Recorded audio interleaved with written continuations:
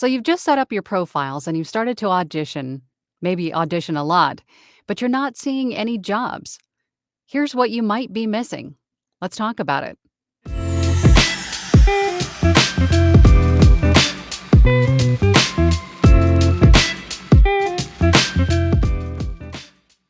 Hey, everybody, welcome back to my channel.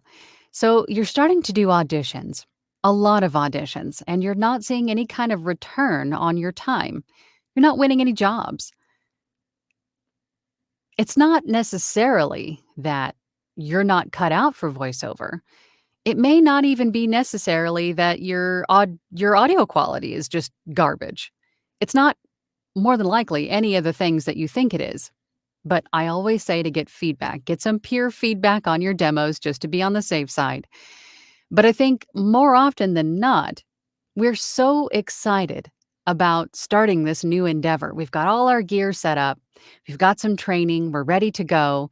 We get that audition script, but we neglect to read the tech specs. And when I say tech specs, I mean sometimes clients will give you information that needs to be included in the audition. And it's not always just maybe tone or setting the stage, right? Giving you an idea of the character or the type of voiceover, the purpose of the voiceover, who you are as the narrator in this voiceover or the character in this voiceover. There may be little bits of information that you're just missing that could be costing you that job. I have seen audition scripts where the client asks for a specific format, or they'll want, actually, let me backtrack. When I say format, they could either request that the audition be sent to them in a WAV format, an MP3 format, maybe a particular sample rate or bit depth. Maybe they want it in mono. Maybe they want it in stereo. This could be for a specific purpose, or maybe they just want to see if you're paying attention. I have also seen in some job description, maybe not the tech specs, but the job description, that they would like you to include some random phrase in your proposal, in the text section of your proposal, just to ensure that you have read through the entire thing.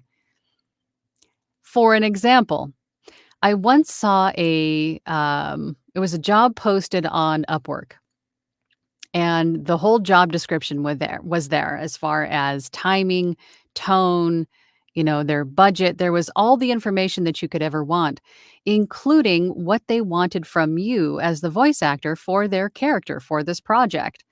And halfway through, or maybe towards the bottom, they included, if you've read this far, please include blue cheetah at the top of your proposal so we can see that you've read through the entire thing. So naturally, if you just skimmed it or you didn't read it at all and you just gave it your own best interpretation based on the copy that was given, but you didn't include blue cheetah at the top of your proposal, they weren't even going to look at it. Or maybe somewhere within the tech specs they had must be a native Australian or Irish accent. So if you didn't give them the audition in an Australian or Irish accent, they're not even going to continue listening to it. First couple of seconds, oh, it's not the accent we asked for. So, garbage. Or here's another thing that I don't see a whole lot of people doing in the very beginning. The name of your file. Also, don't forget to include your name in the file name for the audition.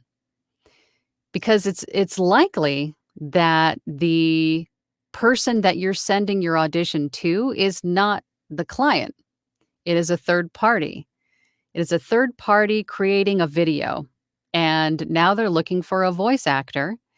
And they have narrowed it down to 3. They've downloaded a bunch. They've narrowed it down to the top 3 that they think will fit this video. And then they send those auditions to the client. The client chooses you, but your name isn't on the file. How do they find you? You really think that that third party client is going to go through and retry to find you? More than likely not. They'll just go to the next best, more than likely. Don't make it difficult for people to hire you. Make sure that you're reading through all of the instructions, all of the tech specs.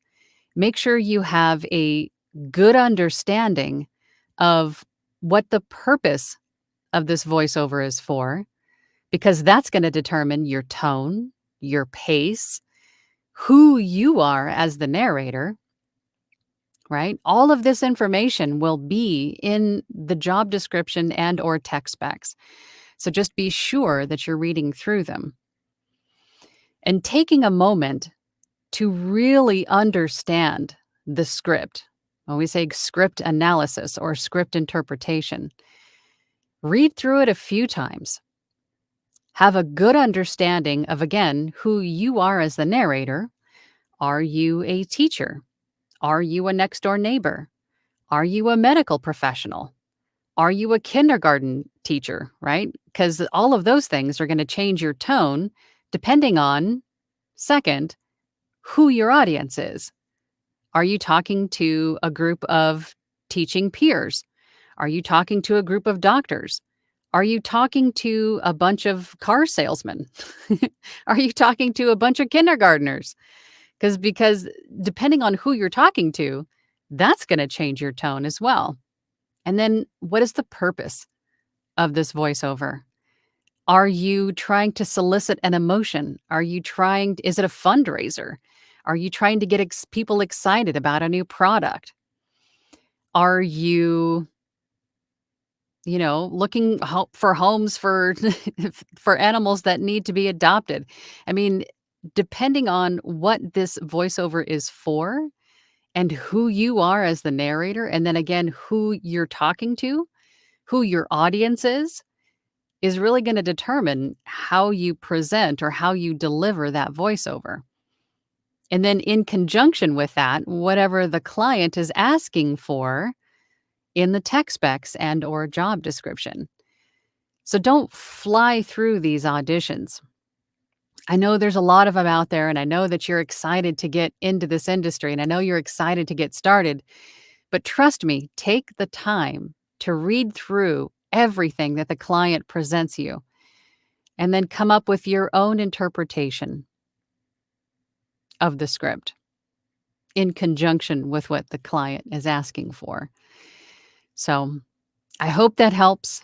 And if you have any questions about anything that I've said or anything to add, please feel free to do so. We have a very open and large community here on my channel, and everybody's opinion counts and does help. So we all appreciate that. If there's anything you'd like to see me talk more about, then please, leave those comments down below, those requests as well. Or if you're available on Tuesdays at 12 p.m. EST, we have a live community chat on my channel. So you can come and join the conversation if you like. We usually talk about different topics every week. So again, thank you for your time, and I'll see you on the next one. Bye.